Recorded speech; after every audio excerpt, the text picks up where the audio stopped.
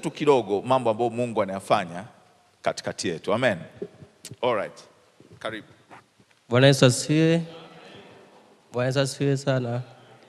Okay, kwa majina naitwa Siforian Abdalla Salawe. Usishangae jina la katikati ni Abdalla kwa sababu mara ya kwanza pia nilikuwa naitwa Mohamed Abdalla Ali Salawe. Kwa chimbuko letu sisi familia yetu ni Waislamu. Na kipindi ambacho sijaijua DPC nilikuwa ni mtu ambaye siendi kanisani, hata yani shortly nilikuwa simpendi Mungu pia. Na changamoto ambazo nilikuwa napitia ni issue za hizi za jadi za machifu. Chimbuko letu sisi ni Wahehe kwa upande wa mama. Kwa hiyo nilikuwa nafanyiwa matambiko ya kuweza kurithishwa masuala ya machifu, na nilifanyiwa, yakawa yananisumbua sana, hata mambo yangu yakawa yaendi pia. Lakini ikatokea nilikutana na bosi wangu ambaye pia ni mshirika wa hapa, akanieleza kuhusu DPC. Nikamwambia ipo siku nitakuja kushiriki nanyi pia. Ilichukua kama miezi mitatu kuja kumjibu lile swala lake. Lakini sikiona nashangaa tu mwenyewe nimeamka na mara naimba. Nikamfuata ofisini nikamwambia niko tayari. Akaniambia uko tayari kufanya nini? Nikamwambia niko tayari kuokoka. Kwa baada ya hapo baada ya hapo alianza kuniombea. By the way, alianza kuniombea, mambo yalibadilika hapo. Kwa akaona ile vita hata iweza yeye mwenyewe, ikabidi tuje kanisani tuonane pia na Pastor Kesanta. Baada ya kukutana na Pastor Kesanta akaniongoza kwenye sala ya toba, nikawa nimeokoka kwa wakati huo. Na baada ya muda fulani kidogo tukawa nasoma masomo ya ubatizo, japo vita zilikuwa ni nyingi hapo. Nikanusurika pia kugongwa na gari, na siku ilikuwa ni siku ya ubatizo nakumbuka. Yani nilikuwa maono yangu ni kwamba naona kama nakufa nikienda kubatizwa. Mpaka ikafikia hatua nikaenda barabarani, nimekaa katikati ya barabara ili niweze kugongwa na gari. Uzuri wakanisaidia na nilibatizwa. Na mpaka sasa Mungu ananisaidia, mambo yangu yanaenda.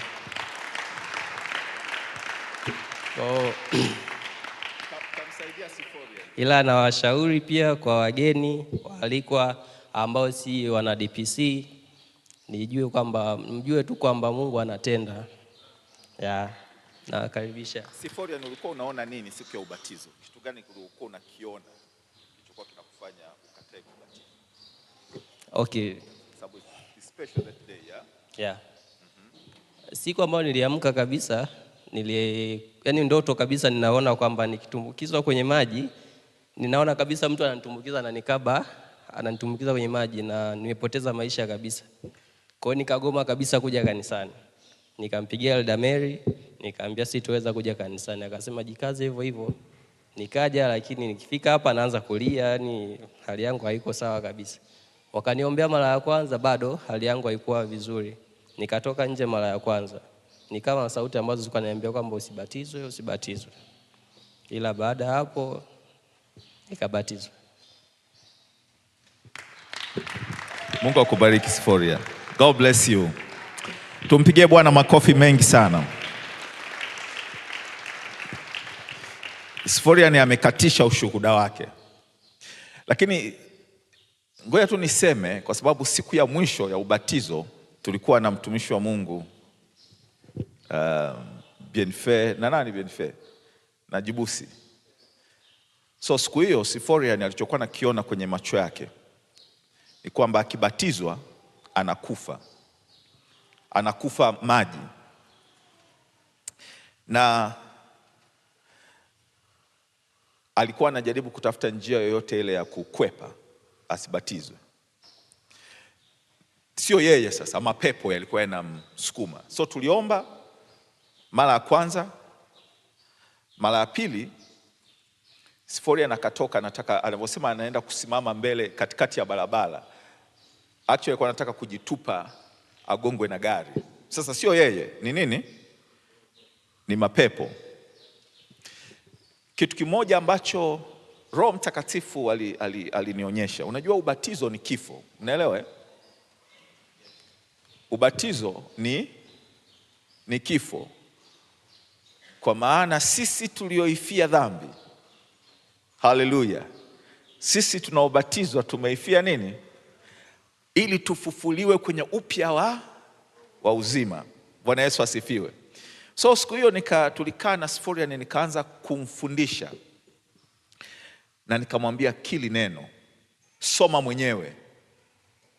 Sisi tunaobatizwa tumekufa pamoja na Kristo na tunafufuliwa katika upya wa uzima. Lakini alipokuwa akisoma yale maandiko hawezi kusoma, anakataa kusoma, sema siwezi kubatizwa. So tukajua sio yeye, ila ni roho chafu zilizokuwa zinamzuia. Tulivyoendelea kumwombea mpaka akafika pointi akasoma lile neno. Na mara nyingi nimekuwa nikisema hapa, kuna mambo unajua kwenye maisha yetu yanaweza yasitokee mpaka umebatizwa. Jua ubatizo ni sehemu ndo ufunguo wa mwisho. So siku hiyo tumeendelea kuomba mpaka akafika point akasoma lile neno na kulikiri mwenyewe. Na huo ulikuwa ni ushindi, ukiri wa ndani ya kwamba ninapobatizwa ni kweli nakufa. Sasa pepo lilitaka kuonyesha kwamba ukibatizwa utakufa kifo cha damu, damu na nyama, utakufa mwili. Kumbe aliyekuwa anakufa ni yule Siforian wa zamani. Bwana Yesu asifiwe.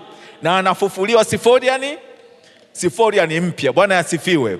Huo ndio ubatizo unavyofanya. Na so siku ile tuli unataka kusema tena? Siforian anasema anaandaa kitabu kwa ajili ya ushuhuda wake.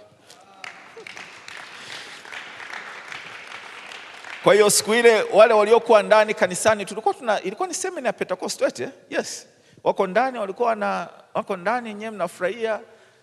Sisi tulikuwa kule nje tunapambana na mapepo. Na Siforian amepita kwenye kipindi kigumu sana. Wengi tunafahamu hapa namna vita alivyokuwa navyo.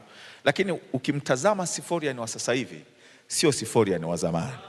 Bwana Yesu asifiwe. Kabisa. Na si hivyo tu kwamba amebadilishwa, lakini ninapenda anavyompenda Mungu na anavyopenda kumtumikia Mungu. Mungu akubariki sana Siforian.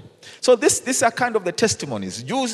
Last week tulisikia ushuhuda wa yule binti anaitwa nani? Deborah. Tulisikia ushuhuda wa Deborah. Namna ambavyo naye alipofunguliwa, kilichotokea kwake baada ya ushindi ule ulitokea mpaka nyumbani kwao ambako wazazi wake wapo huko. Nao pia mmoja wanafunguliwa kwa sababu mtoto wao amefunguliwa. That's a wonderful thing. Hallelujah. Bwana Yesu asifiwe. Na mwezi huu ni mwezi wa shuhuda. Mwezi wa shuhuda. Na mimi nilianza wiki iliyopita kufundisha shuhuda ni nini, na leo nitafundisha shuhuda zinafanya nini kwenye maisha yetu. Bwana Yesu asifiwe. Kama Wakristo. Na ukweli ni kwamba Mungu anafanya mambo makubwa sana kwenye maisha yetu. Mambo ambayo Bwana anayafanya ni mengi. Amen. Ni mengi sana sana sana sana. Na haya mambo hatutakiwi kuyakalia kimya, kwa sababu Mungu anatamani watu wengine wasikie mambo anayoyafanya kwenye maisha yetu. Wiki iliyopita niliwaambia kwamba shuhuda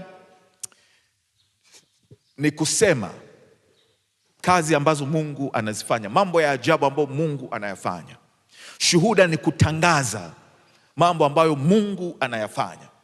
Na nikasema shuhuda vile vile sio tu kusema, sio tu kutangaza, lakini shuhuda ni kukumbuka na kuhesabu kwa shukrani mambo ambayo Mungu amekufanyia wewe kwenye maisha yako.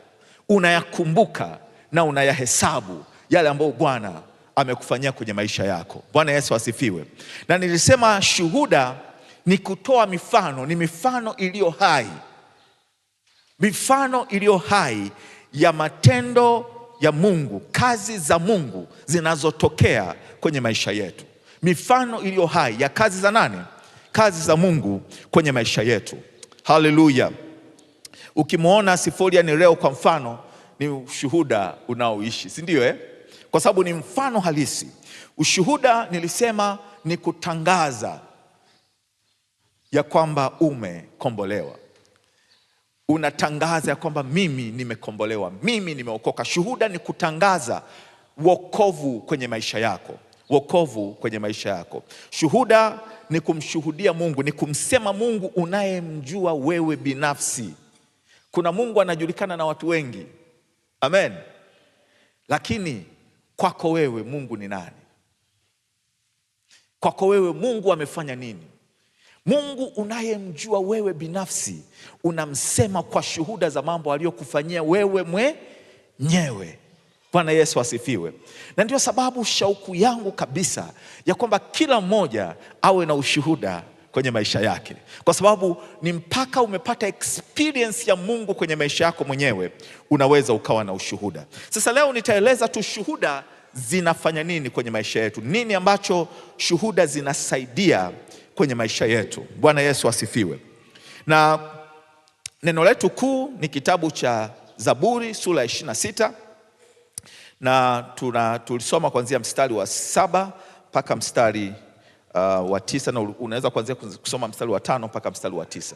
Lakini sitasoma hilo neno, nitakwenda leo straight kwenye kile kitu ambacho nataka tukiongelee leo. Bwana Yesu asifiwe.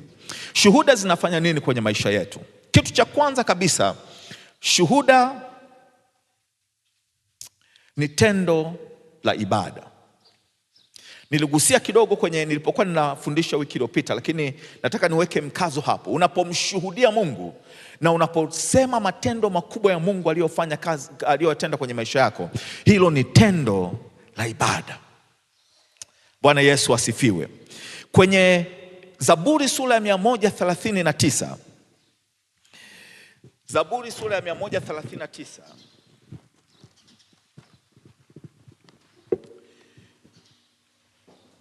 hii ni zaburi ya sifa kuu za Mungu. Na wale ambao tunafahamu ni kwamba hii ni moja ya zaburi ambayo inasemwa sana, na ilikuwa ni zaburi iliyokuwa inaimbwa kwenye kusanyiko la watu.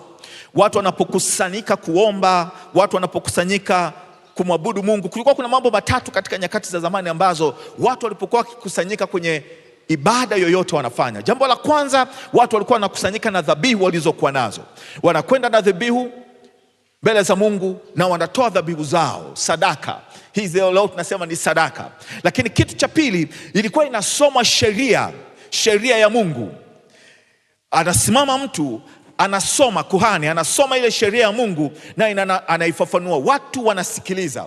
Lakini sehemu nyingine ya ibada ambayo ilikuwa inahusiana na ibada ilikuwa ni kutaja matendo makubwa ambayo Mungu anayafanya kwenye maisha ya watu. Kwa hivyo wakati wanasema zile sheria za Mungu, vile vile wanataja matendo makuu ya Mungu ambayo ameyafanya kwenye maisha yetu. Na hii ni moja ya zaburi ambayo inaelezea namna ambavyo watu walikuwa wanasimama na kuimba zaburi wakitaja matendo makubwa ya Mungu kwenye maisha. Na zaburi, mwandishi wa zaburi anaandika kuanzia hiyo sura ya 136, ukisoma kuanzia mstari wa kwanza, anasema mshukuruni Bwana kwa kuwa ni mwema, fadhili zake zadumu milele na milele. Ukisoma Kiswahili kingine anasema kwa maana fadhili zake zadumu milele na milele. Alafu anasema mshukuruni Mungu wa miungu, mshukuruni Bwana wa mabwana. Anamtaja kuwa ni Mungu mwenye uweza, yeye ni Mungu wa miungu, na anasema mshukuruni yeye katika ibada. Wakati wa ibada hii zaburi inapoimbwa, lakini mwendelezo wa zaburi hii unaonyesha namna ambavyo matendo makuu ya Mungu yalikuwa yanahusianishwa na kusema ibada na kutamka sifa na kumwinulia Bwana shukrani. Anasema kwake yeye pekee atendaye maajabu makuu, ambaye kwa ufahamu wake aliziumba mbingu. Huyu ni Mungu anatajwa kwa ukuu alionao. Anasema ambaye alizitandaza dunia juu ya maji, ambaye aliumba mianga mikubwa, jua litawale mchana, mwezi utawale mwezi na nyota vitawale usiku. Na anaendelea kutaja sifa za Mungu kwa matendo yake makuu anayoyafanya kwenye maisha ya watu. Kwa hivyo unapokuwa unamshuhudia Mungu kwa matendo makuu anayoyafanya kwenye maisha yako, ni ibada kamili mbele za Mungu. Bwana Yesu asifiwe. Haleluya. Na hicho ndicho kitu ambacho tunatamani kukiona kinatokea DPC. Ibada zetu ziunganishwe na shuhuda zetu za matendo makuu ambayo Bwana ameyafanya kwenye maisha yetu. Kwa hivyo unapokuwa unamshuhudia Mungu, ujue kabisa ya kwamba ninapotaja sifa za Mungu, vile vile ninamwinulia Mungu ibada ninapokuwa ninamsifu. Kwenye kitabu cha Nyakati, Mambo ya Nyakati wa Kwanza, sura ya 16, tulisoma hili neno Jumapili iliyopita pia, lakini nataka nikuonyeshe kitu ambacho sikukisema pale. Daudi anamuita Asafu ili kusudi wamwabudu Mungu, wamsifu Mungu. Baada ya Daudi kuwa amemjengea Mungu hema, akaweka sanduku la agano ndani yake, na Asafu anakuja na kuanza kumsifu Mungu. Lakini kitu cha kwanza ambacho Daudi anamuelekeza, Biblia inasema, Mambo ya Nyakati ya Kwanza sura ya 16 mstari wa 7, anasema siku ile kitu cha kwanza Daudi alichokifanya ni kumkabidhi Asafu na wenzake zaburi hii ya shukrani kwa Bwana. Kwa hiyo Daudi anamkabidhi Asafu zaburi ya shukrani, akimwelekeza jinsi ya kumsifu Mungu katika ibada. Na katikati ya zaburi zile za shukrani unaona wanataja matendo makuu ya Mungu kwenye maisha yetu. Mstari wa 8 anasema, mshukuruni Bwana, liitieni jina lake, wajulisheni mataifa yale aliyoyatenda. Bwana Yesu asifiwe. Kwa katikati ya ibada uliokuwa nayo na katikati ya kuimba zaburi, kuna kumjulisha, kuna kuwajulisha mataifa yale ambayo Bwana amefanya nini? Ameyatenda. Jumapili iliyopita niliwaambia kuna mstari mdogo sana kati ya sifa na shuhuda. Sifa, unamwinulia Mungu sifa kwa yale aliyoyafanya, unatamka ukuu wake mbele zake, ni kutoka kwako kwenda kwa nani? Kwenda kwa Mungu. Lakini shuhuda, unatoka kwako kwenda kwa watu, unawajulisha watu matendo ambayo Mungu ameyafanya. Bwana Yesu asifiwe. Sifa, unamsifu Mungu kwa matendo aliyoyafanya. Shuhuda, unawajulisha watu matendo ambayo Bwana ameyafanya. Na unapofanya hivyo, ni ibada yako mbele za Mungu. Bwana Yesu asifiwe. Na niliwaambia wiki iliyopita kwamba hakuna shuhuda pasipokuwa na watu wanaozisikiliza. Shuhuda zinasemwa mbele ya watu. Shuhuda zinahitaji audience, zinahitaji watu wasikie matendo makuu ambayo Bwana ameyafanya. Bwana Yesu asifiwe. Kwa hivyo unapomshuhudia Mungu, unamwabudu Mungu kwa shuhuda zako. Tunaposema shuhuda zetu, hatutaki watu waone jinsi gani kuna mambo mazuri yanatokea kwenye maisha yetu. Hiyo sio sababu ya shuhuda. Naam, wanaweza wakasikia na wakaona, lakini sababu ya shuhuda ni kutaka watu wasikie yale matendo ambayo Mungu anayafanya katikati ya watu wake. Bwana Yesu asifiwe. Sio ili kusudi watu wajue umefanikiwa kiasi gani, sio ili kusudi watu wajue kuna mambo gani yanatokea kwenye maisha yako. No, shuhuda ni ili kusudi watu wajue matendo ambayo Mungu anayafanya kwa watu wake. Bwana Yesu asifiwe. Kwa hivyo shuhuda zetu ni ibada mbele za Mungu. Unapomshuhudia Mungu, unamwabudu Mungu wa mbinguni. Haleluya. Bwana Yesu asifiwe. Shuhuda, kitu cha pili,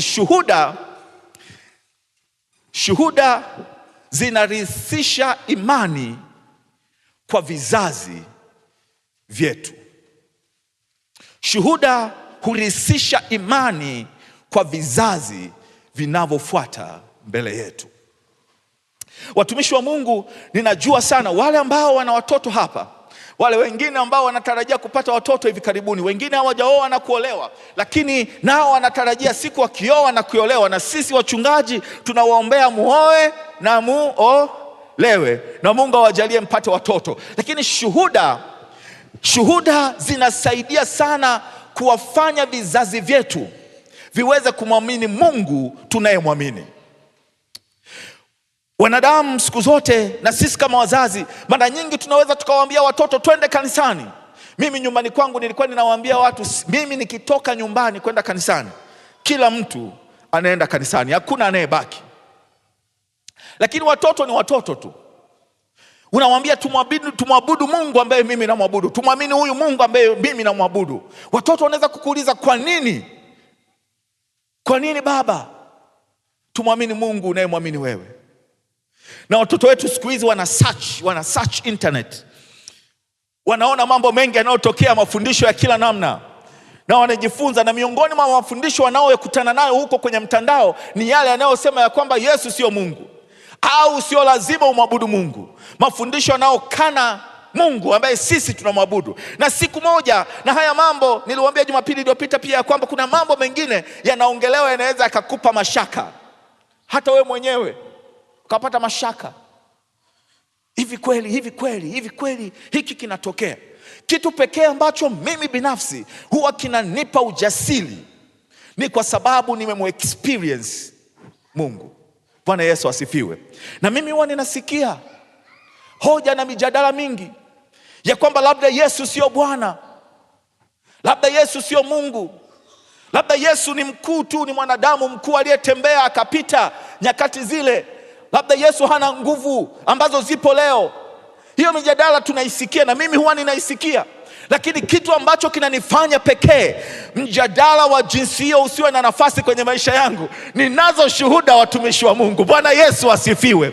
Shuhuda ziko nyingi ambazo Mungu amefanya kwenye maisha yetu, na tunapokuwa tunaongea na watoto wetu na kuwaambia kwamba mwaminini Mungu, tunawaambia mwaminini Mungu kwa shuhuda zinazotokea kwenye maisha yetu. Kitabu cha Kumbukumbu la Torati sura ya 6. Ndio sababu we need to remember, ni lazima tukumbuke yale mambo ambayo Mungu anayafanya kwenye maisha yetu, kwa sababu tunapotaka watoto wetu wamwamini Mungu, tunaongea kwa mifano. Bwana Yesu asifiwe. Tunaongea nao kwa mifano. Kumbukumbu la Torati sura ya 36 na mstari wa 20, Mungu anamwagiza Musa awaambie wana wa Israeli, anawaambia, na siku zijazo mtoto wako atakapokuuliza ni nini maana ya masharti haya, amri na sheria hizi ambazo Bwana Mungu wako alikuagiza wewe. Sikiliza, mtoto anamuuliza baba, ni nini maana ya sheria hizi na maagizo haya ambayo Bwana Mungu wako alikuagiza wewe, ambaye leo unatuambia wewe na sisi tuyafuate. Hujawahi kukutana na maswali magumu kutoka kwa watoto, sio? Alafu Mungu anamwambia, mwambie hivi, tulikuwa watumwa wa Farao huko Misri, lakini Bwana alitutoa sisi kutoka Misri kwa mkono wenye nguvu. Bwana Yesu asifiwe. Bwana akapeleka watu mbele yetu, ishara na maajabu makubwa na ya kutisha mno ya Misri na Farao pamoja na nyumba yake yote. Lakini Mungu akatutoa huko, akatuleta na kutupa nchi hii ambayo aliwaahidi baba zetu kwa kiapo. Anawaambia, watakapokuuliza kwa nini unamwabudu Mungu, kwa nini unatii sheria zake, kwa nini unafuata maagizo anayokueleza ufuate, mwambie shuhuda za matendo makuu ambayo Bwana aliyafanya wakati sisi ni watumwa kule Misri. Mwambie ya kwamba alitutoa kwenye mkono wa Farao na akatuleta kwenye hii nchi. Mwambie ya kwamba alitupa nchi hii tuirithi. Manake nini? Anamwambia mpe ushuhuda wa matendo makubwa ambayo mimi niliyafanya kwenye maisha yako.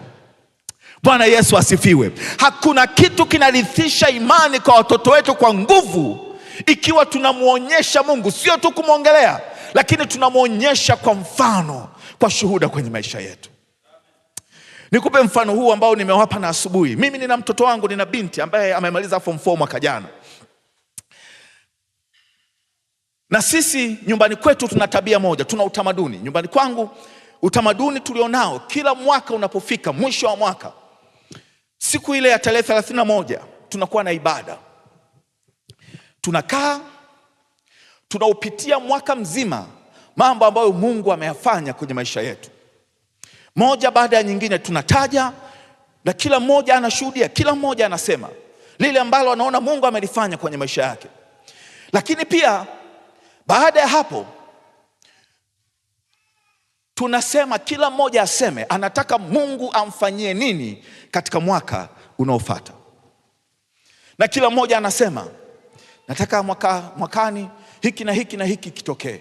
nataka mwakani hiki na hiki na hiki kitokee. Kwa kila mmoja anakisema, na nyakati zingine mama huwa anaandika yale mambo ambayo watoto wanayaandika. Na kitu kimoja ambacho ni ushuhuda kwenye maisha yetu sisi ni kwamba mambo yote ambayo huwa tunamuomba Mungu ya kwamba yatokee, huwa yanatokea. Bwana anayafanya. Bwana Yesu asifiwe. Sasa nyakati hubadilika. Zamani, tumeanza zamani na watoto wetu walikuwa bado wadogo. Kwa hiyo wanasema kwa mambo yao ya kitoto, labda nataka tu niwe wa kwanza darasani, labda niwe A, nipate A zote, labda nifanikiwe hivi. Lakini kadri siku zinavyozidi kwenda, ufahamu wao unaongezeka, wanaanza kuhitaji mambo makubwa zaidi kutoka kwa Mungu. Kwa hivyo mwaka jana, mwezi wa kwanza au mwezi wa 12, sijui, huo mwaka mpya wa kuingia mwaka jana, kama kawaida yetu tuko sebleni, tukafanya hayo mambo. Kila mmoja akasema, lakini binti yangu huyu specifically akasema, mimi nataka nipate division 1 kwenye mtihani wangu wa form 4, sababu ndio mwaka alikuwa anafanya mtihani. Halafu akasema, ninamwomba Mungu nipate shule nzuri. Na tukamuuliza shule nzuri ndio ipi? Akataja shule zake anazotamani moyoni mwake apate. Hopak, UWC, shule za Cambridge, mtaala wa Cambridge, sio mtaala wa Tanzania. Sasa mimi na mke wangu tunatazamana, tunatabasamu. Lakini huyu mtoto alikuwa amemaanisha, na tukaomba. Amemaliza shule mwaka huu, sasa tunatafuta shule. Amemaliza form 6, Mungu kamjalia akapata division 1. Haya, tunatafuta ya point 7. Sasa tunatafuta shule. Sisi kama kawaida wazazi wa Kitanzania, Mazinde Juu, kafanya mtihani Mazinde Juu, kapata shule. Tukasema sisi tumeshamaliza, tunamshukuru Mungu. Tukaandikiwa na message, lipa 1.5 milioni kabla ya tarehe 10 kama unataka nafasi. Haraka sana, tukalipa 1.5 milioni. Sasa mwanangu, nataka kutafuta shule nyingine. Anasema mimi ninataka kwenda Hopak. Lakini tumeshalipa. Sema mmepoteza pesa, mimi nitakwenda Hopak. Sema sawa, tumsapoti mtoto apate anachokitaka. Kama wazazi tukamsapoti application.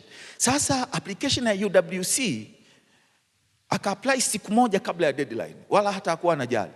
Kwa hiyo ka-focus kwenye application ya Hopak. Sasa nikatisha tu story hapa. Akaitwa kwenye interview, akaenda akafanya interview. Baadaye wakaitwa tena kwenye interview nyingine.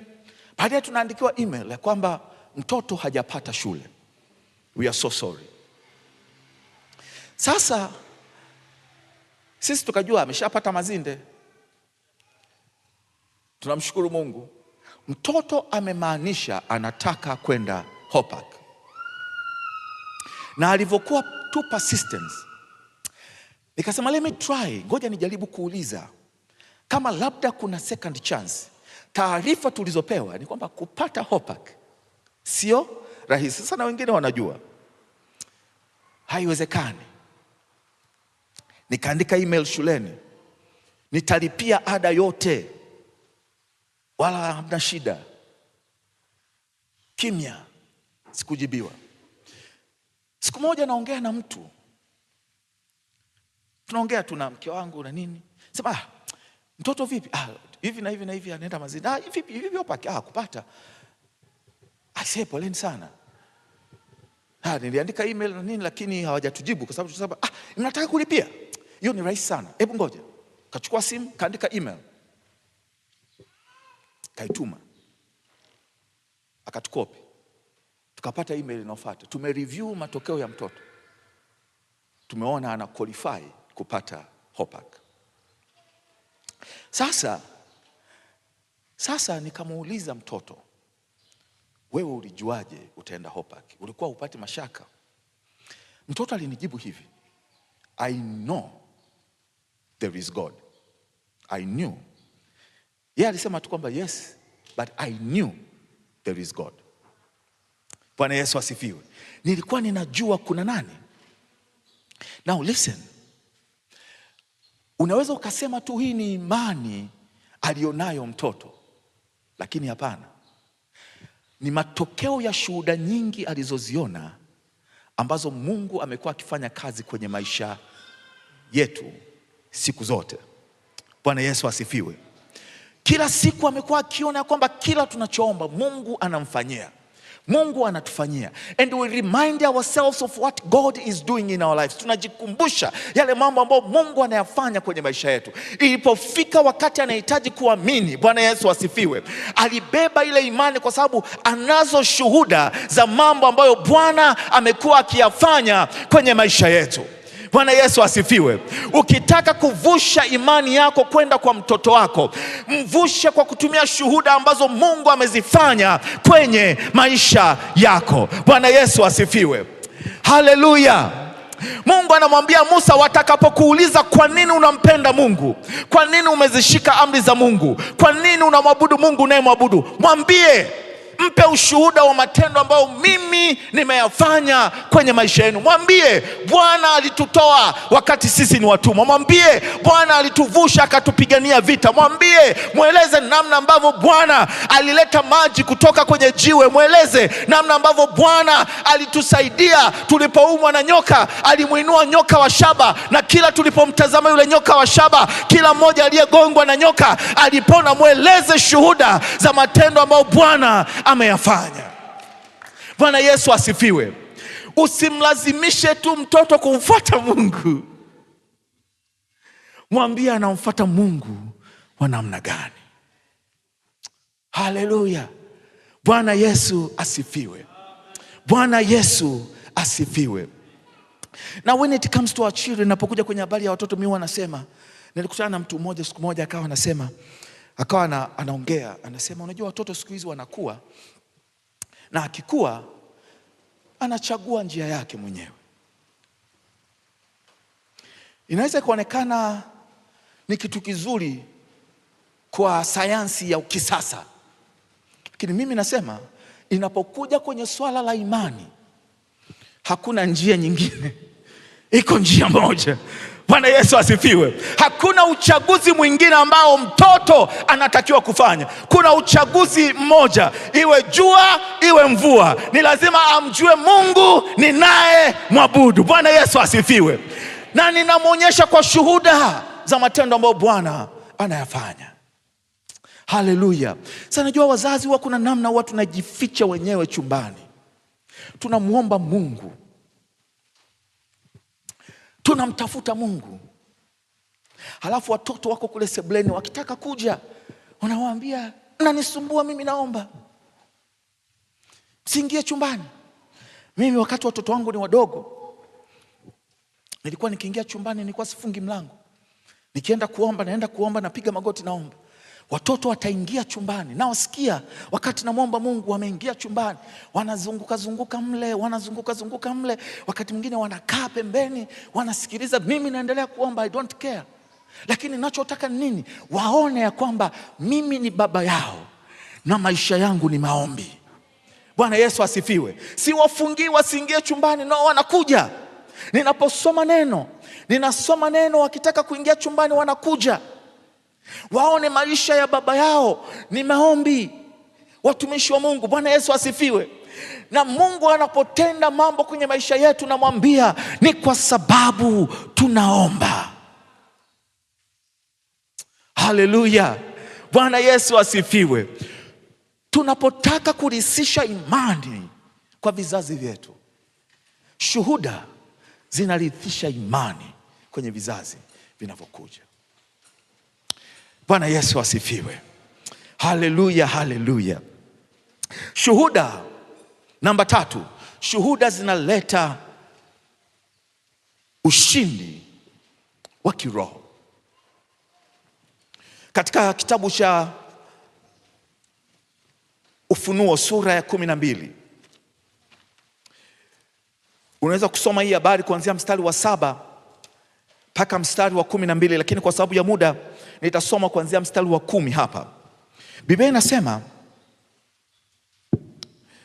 kisha nikasikia sauti kuu mbinguni ikisema, sasa wokovu na uweza na ufalme wa Mungu ufalme wa Mungu wetu umekuja, na mamlaka ya Kristo wake, kwa kuwa ametupwa chini mshtaki wa ndugu zetu.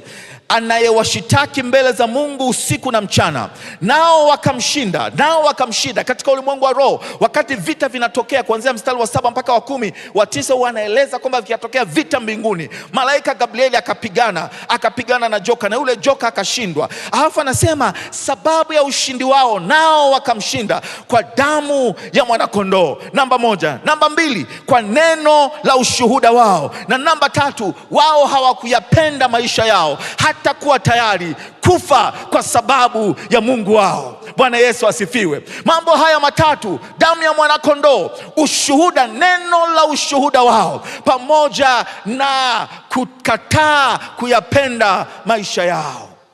Let me tell you, ngoja nikwambie kitu rafiki yangu, ya kwamba neno la ushuhuda linasababisha vitu kutokea kwenye ulimwengu wa kiroho, ambalo linaleta ushindi kwa namna moja ama nyingine. Bwana Yesu asifiwe. Wale watu ambao wanajua nini ambacho Mungu amewafanyia, na wala hawakai kimya kwa kile kitu ambacho Bwana amekifanya kwenye maisha yao, bali wanakisema na kukitaja kwa mataifa, kinaleta ushindi kwenye ulimwengu wa kiroho, kwa sababu kinampa Bwana utukufu kwa yale mambo ambayo Bwana anayafanya. Bwana Yesu asifiwe. Mungu huwa hafanyi vitu, kuna namna Mungu anafanya vitu kwa namna tofauti. Kuna watu ambao wamepata neema ya kufanywa kitu na Mungu kikubwa, kama vile bomu, mlipuko, ghafla kitu likubwa linatokea la ajabu. Lakini kwa watu wengi Mungu anafanya vitu kwenye maisha yetu kidogo kidogo. Bwana Yesu asifiwe. Anafanya vitu kidogo kidogo, anakupa ushuhuda mmoja baada ya mwingine, ushuhuda mmoja baada ya mwingine. Wakati Mungu anaongea na wana wa Israeli kwamba atawapa nchi ya ahadi, Mungu akawaambia sitawapa nchi yote kwa mara moja.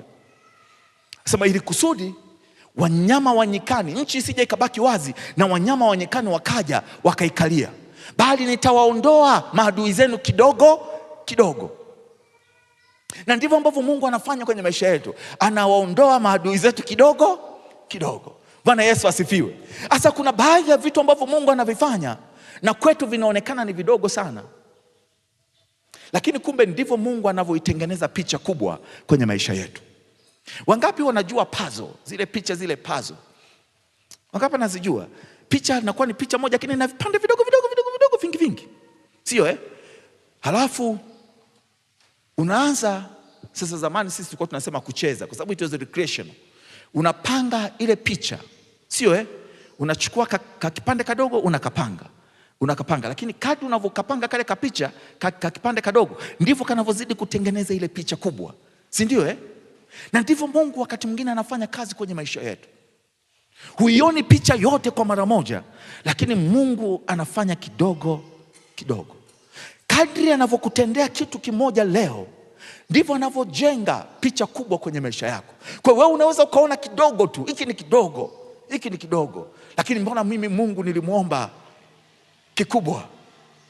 Bwana Yesu asifiwe. Lakini kumbe Mungu ndivyo anavyoipanga ile picha kukupa kile kitu kikubwa unachokihitaji. Sasa unapodharau ushuhuda wa kitu kidogo ambacho Mungu amekifanya kwenye maisha yako, ni kwamba umedharau kazi ya Mungu anayoendelea kuifanya kwenye maisha yako. Lakini ukikubali na kuona ya kwamba hiki kitu Bwana amekifanya kwa ajili yangu, na ukamshuhudia Mungu kwa kidogo ambacho amekifanya, ndivyo ambavyo Mungu analeta ushindi kwenye ile picha kubwa ambayo umekuwa ukiiomba kwenye maisha yako. Bwana Yesu asifiwe. Neno la ushuhuda, liwe ni neno lolote lile, lakini linalomuinua na kumshuhudia Mungu, linaleta ushindi katika ulimwengu wa kiroho. Na ibilisi anapoona unamshuhudia Mungu, anaanza kupata shida. Na ndio sababu wakati mwingine nadhani kabisa ibilisi anaamua kufumba vinywa vyetu tusiseme yale ambayo Bwana anayafanya.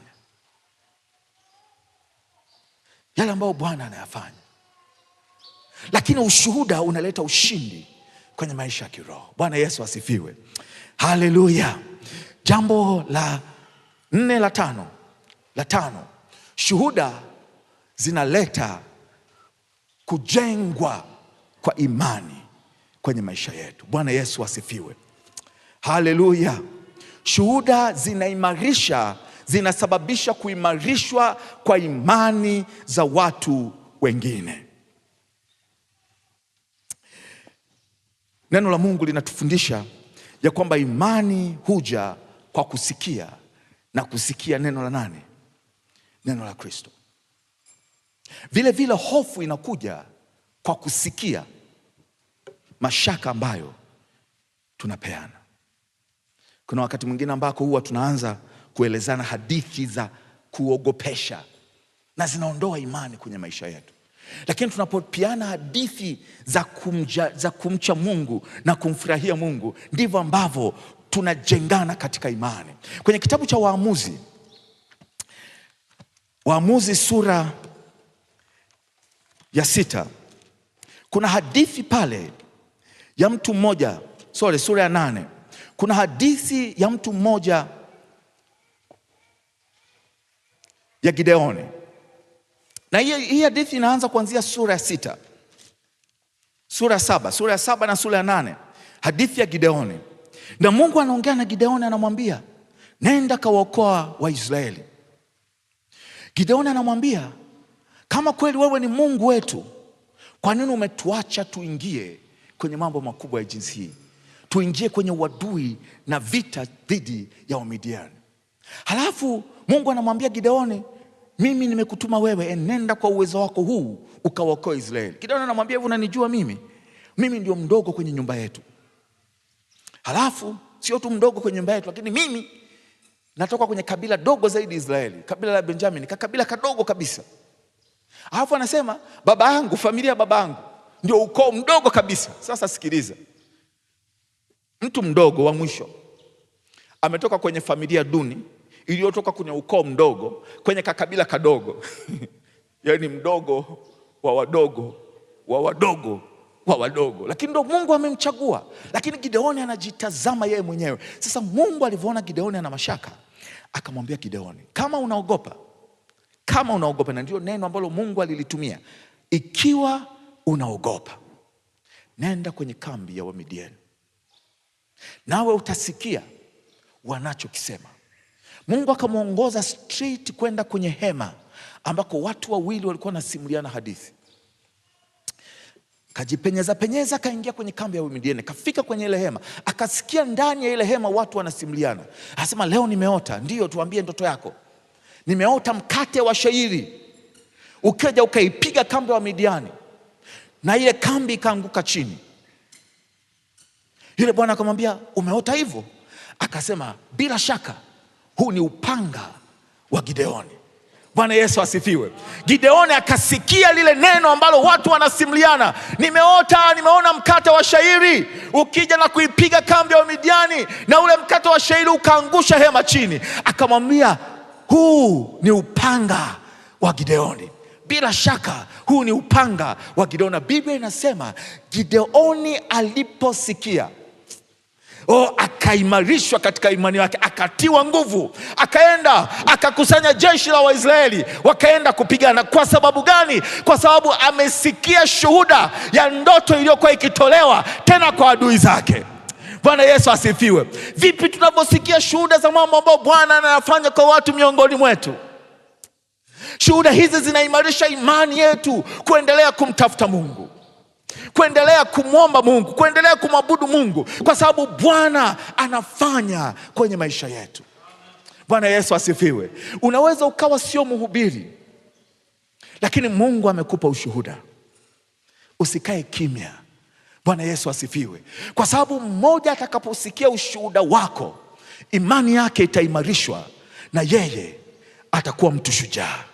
Bwana Yesu asifiwe. Kwa maana imani inakuja kwa kusikia.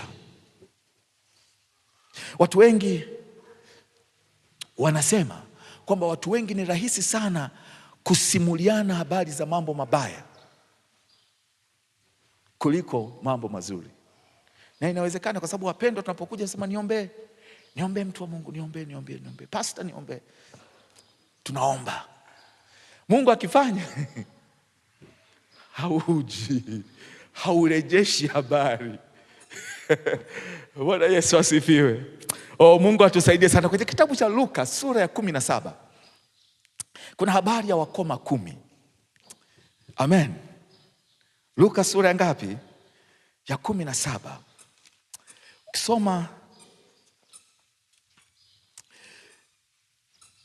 Ukisoma kuanzia mstari wa 11 mpaka mstari wa 19, Yesu anawatuma wale wakoma 10 waende kujionyesha kwa nabii, kwa kuhani.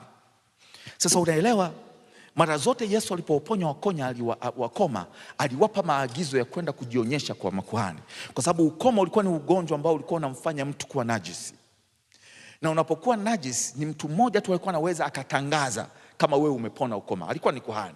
Kwa hiyo ilikuwa ni lazima ukiwa mkoma unatoka nje ya mji, unakaa mwenyewe mpaka wakati wa kutakasika, unapeleka dhabihu, unatoa dhabihu, ukitakasika unaenda kujionyesha kwa kuhani. Sasa kuna wakati ambako kwenye Luka sura ya 5 Yesu anakutana na mkoma na anamwambia, Bwana nihurumia, ukitaka waweza kunitakasa. Yesu anamgusa yule mkoma na anamtakasa, anamwambia nataka takasika, na yule mkoma anatakasika hapo ghafla. Lakini wakoma hawa 10 Yesu hakuwagusa. Walipoenda kumwambia Bwana utuhurumie, wanataka kuponywa, Yesu akawaambia, enendeni mkajionyeshe kwa makuhani. Wakati wanaanza kutembea, hawakuwa wameponywa. Wameanza kuondoka pale kwa imani, wanatembea kwa imani kabla hawajapona. Lakini kadri walivyozidi kuendelea kutembea, uponyaji ukaanza kutokea. Bwana Yesu asifiwe. Na walipokuwa katikati njiani, Biblia inasema kabla hawajafika kwa kuhani, walipokuwa katikati wakagundua ya kwamba wametakasika, wameponywa na ule ukoma waliokuwa nao. Lakini kitu cha kwanza kilikuwa nini? Walianza kuchukua hatua ya imani kwa neno la Kristo kabla hawajaona ukoma ukitakasika. Bwana Yesu asifiwe. Ndio maana nikasema ushuhuda unaleta nguvu na ushindi katika ulimwengu wa kiroho. Bwana Yesu asifiwe. Lakini ukishamshuhudia, ukishapata lile muujiza umetokea, make sure that you come. Bwana Yesu asifiwe. Rudi na ufanye nini? Na umshuhudie. Mtu mmoja akarudi kwa Yesu akamwambia, Bwana nimerudi. Yesu akasema, niliponya 10, wale 9 wako wapi? Na napenda Kiswahili kile cha zamani kinasema, wale 9 wako wapi? Je, hawakuwa 10 waliotakasika? Mungu sio kwamba hakujua kwamba walitakasika 10, alijua. Ndio sababu anasema Yesu alivyokuambia kwamba nendeni mkajionyeshe kwa makuhani, tayari walikuwa uponyaji umetokea. Walivyouona uponyaji katikati, 9 hawakurudi kwa Yesu, 1 akarudi. Bwana Yesu asifiwe. Biblia inasema akaanguka miguuni pa Yesu. Come back and testify. Kwa sababu unapofanya hivyo, imani za wengine zinaimarishwa. Bwana Yesu asifiwe. Haleluya. Nimalizie kwa kusema jambo la 6 sasa.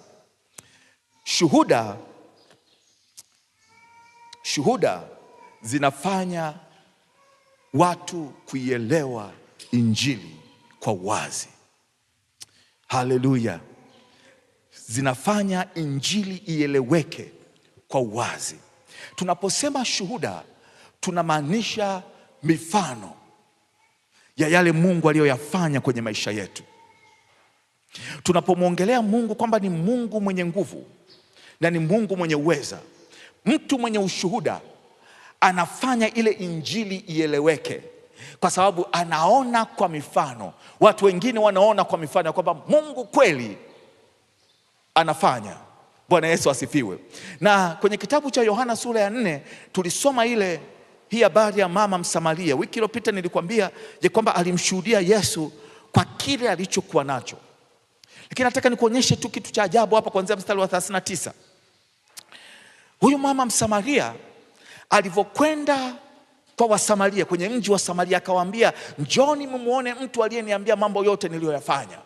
Wale watu wote wakaenda kwa Yesu. Biblia inasema wakamkimbilia Yesu kwa sababu ya ushuhuda wa yule mwanamke alipowaambia kwamba ameniambia kila kitu nilichokifanya. Sasa mstari wa 41, wale wa Samaria wanamwambia, kwa sababu ya neno lake watu wengi wakaamini. Weka mstari unaofuata. Wakamwambia yule mwanamke, sasa tunaamini, wala si kwa sababu ya maneno yako tu, bali kwa kuwa tumemsikia sisi wenyewe, tumejua hakika kweli ya kwamba huyu ndiye Kristo, Mwokozi wa ulimwengu. Anawaambia hawa Samaria wanasema sio kwa sababu ya maneno yako. Wanachokisema hapa ni kwamba kwa sababu ya maneno yako tulikuja, lakini tulipofika sasa hatujaamini tu kwa sababu ya maneno yako, lakini kwa sababu tumemsikia sisi wenyewe. Lakini kipi kilichotengeneza msingi wa wao kumfahamu Kristo kwamba ndiye Mwokozi? Ulikuwa ni ule ushuhuda wa yule mwanamke. Bwana Yesu asifiwe. Haleluya. Kwa ushuhuda, tunapokuwa tunazitoa shuhuda hizi, zinajenga msingi wa watu kuielewa injili sawa sawa. Bwana Yesu asifiwe. Wakati mwingine tunaposema, ndugu zangu, kuna watu huwa wanakwenda kwa waganga, anatafuta msaada kwa mganga. Na sisi watumishi wa Mungu tukisema msiende kwa waganga, kwa sababu waganga hawasaidii kufanya mambo yenu kuwa mazuri, lakini mambo yenu yanaharibika zaidi. They don't understand. Lakini watu ambao wamekaa na kufuga majini na mapepo kwenye maisha yao, wanaposikia shuhuda za watu ambao majini walioyafuga ili kusudi yawasaidie, majini na mapepo hayo yamewatesa zaidi, na walipokuja kwa Yesu wakapata msaada, watu hao wana imani, wanaamini zaidi, wanaelewa sawa sawa. Kwa hivyo tunavyosema ya kwamba mapepo yanapokuja, hali ya yule mtu inakuwa mbaya zaidi kuzidi hali ya kwanza. They understand by example. Ndio sababu tunasema ushuhuda ni mifano hai ya mambo ambayo Mungu anayafanya kwenye maisha yetu. Bwana Yesu asifiwe. Niliwaambia kwamba mimi ninamfahamu Kristo, na huwezi kunibadilisha kwa sababu ya huyu Yesu namjua. Kwa sababu gani? Ninayo mifano, ninazo shuhuda. Bwana Yesu asifiwe. Haleluya. Kwa hivyo usikae na ushuhuda, mtoto wa Mungu. Jambo ambalo Bwana amekufanyia, usikae kimya. Liseme, kwa sababu unapolisema unamwabudu Mungu. Unapolisema unamwabudu Mungu. Unapolisema unawajenga wengine. Unapolisema unaimarisha imani za watu walio dhaifu. Unaposema mambo ambayo Bwana ameyafanya kwenye maisha yetu, ndivyo ambavyo unarahisisha na kazi ya watu kuelewa injili, kwa sababu upo mfano hai. Bwana Yesu asifiwe. Haleluya. Lakini tu unaposema ushuhuda wako, hakikisha ushuhuda wako ni kwa ajili ya kumpa Mungu utukufu.